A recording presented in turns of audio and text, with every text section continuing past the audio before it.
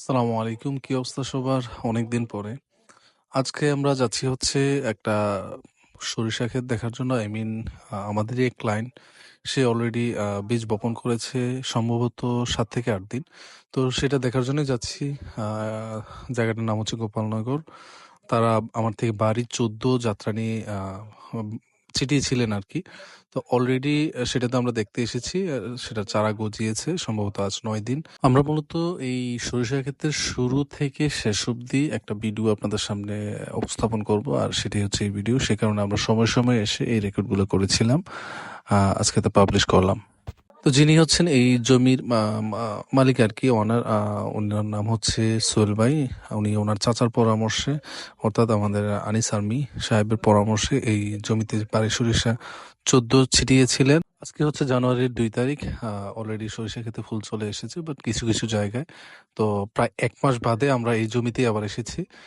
মোটামুটি একটু হালকা বাইন পড়েছে। একটু পাতলা, পাতলা হচ্ছে। আর পাতলা হইলেই জিনিসগুলো একটু ভালো হয়। চড়ালেও ওঠে বা আপনার কানিকুনা ছাড়ে বেশি আরকি। তো জিনিসটা একটু পর্যবেক্ষণ করতে আসছি কেমন লাগে। ওনারাই রিকোয়েস্ট করেছিলেন, "ভাই প্লিজ একটু আসেন, দেখে যান।" আজকের মতো আমাদের পর্যবেক্ষণ শেষ। আমরা এখন চলে যাব। ওনাদের কিছু দিক নির্দেশনা দিয়ে এসেছি যেন সময়টা পালন করে, অথবা যেকোনো পরামর্শ প্রয়োজন যেন আমাদের শরণাপন্ন হন বা আমাদের কৃষি অফিস আছে তাদের শরণাপন্ন হন। জানুয়ারি ১৮ তারিখ আমরা অলরেডি চলে এসেছি। অলরেডি সরিষা গাছে ফুল চলে এসেছে। অনেক ভিজিটর আপনারা দেখতে পাচ্ছেন। তো দেখি কাছে গিয়ে কি অবস্থা ক্ষেতের, কতটুকু কি এসেছে ফুল, আর হচ্ছে জমির কি অবস্থা, সেজন্য যাচ্ছি। আমার সাথে কেউ নেই, আমি একাই। সরি, আমার সাথে শরীফ ভাই আছেন বাংলাদেশ এগ্রিকালচারের। মোটামুটি উনিও এটা শুরু থেকে তাদেরকে একটু দিক নির্দেশনা দিয়েছেন যেন যখন যা প্রয়োজন সেগুলো যেন তারা দেন। তো সেজন্য উনি আমার সাথেই আছেন, আমরা দুজনেই যাচ্ছি। ওয়াও! ভিজিটর অনেক।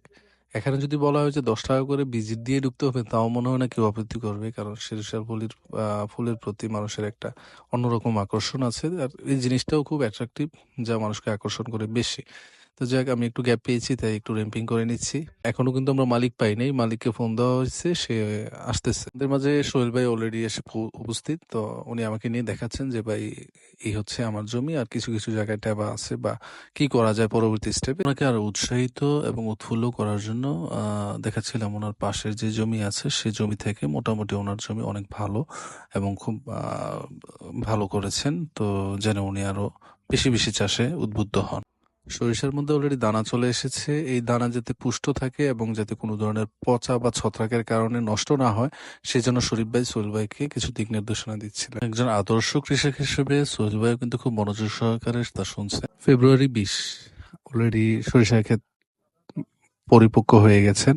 তো সেজন্য সোহেল ভাই অসুস্থ থাকার কারণে আমাকে জানায়ওনি, বাট একটু দেরি হয়ে গেছে। আমি এসে দেখলাম যে তারা অলরেডি একটা জমি কেটে ফেলেছেন। তো বাকি একটা জমির অর্ধেক বাকি আছে, তারা সরিষাগুলো এখানে ছিটিয়ে রেখেছেন। মাশাআল্লাহ, খুব সুন্দর দানাগুলো পরিপক্ক হয়েছে। আর উনি আমাকে বুঝাচ্ছিলেন যে, "ভাই যে জিনিসটা আমরা একটু গ্যাপ করে ফেলানে আমাদের জমিতে শাখা প্রশাখা বেশি এসেছিল একটা গাছ থেকে, প্রায় উনি গুনছিলেন এখানে ৮-৯টার মতন শাখা প্রশাখা আসছিল। তো সবগুলোতেই মোটামুটি ভালো মানের সরিষা আছে।" এই জিনিসটাই উনি মূলত একজন চাষি হিসাবে যথেষ্ট খুশি এবং উৎফুল্ল। সম্ভবত উনি এই চাষটা তোলার পর হয়তো বুরু ধানের আবাদ করবেন। তো সেই দৃষ্টিতেই উনি এগুচ্ছেন আরকি। তো ওনার জন্য সবসময় আমাদের শুভকামনা থাকবে। আহ সবাইকে ধন্যবাদ আমাদের এই ব্লগটি দেখার জন্য। আমাদের জন্য দোয়া করবেন, আর যেন নিত্য নতুন আপনাদের আপডেট দিতে পারি, সেজন্য আমাদের সাথেই থাকবেন।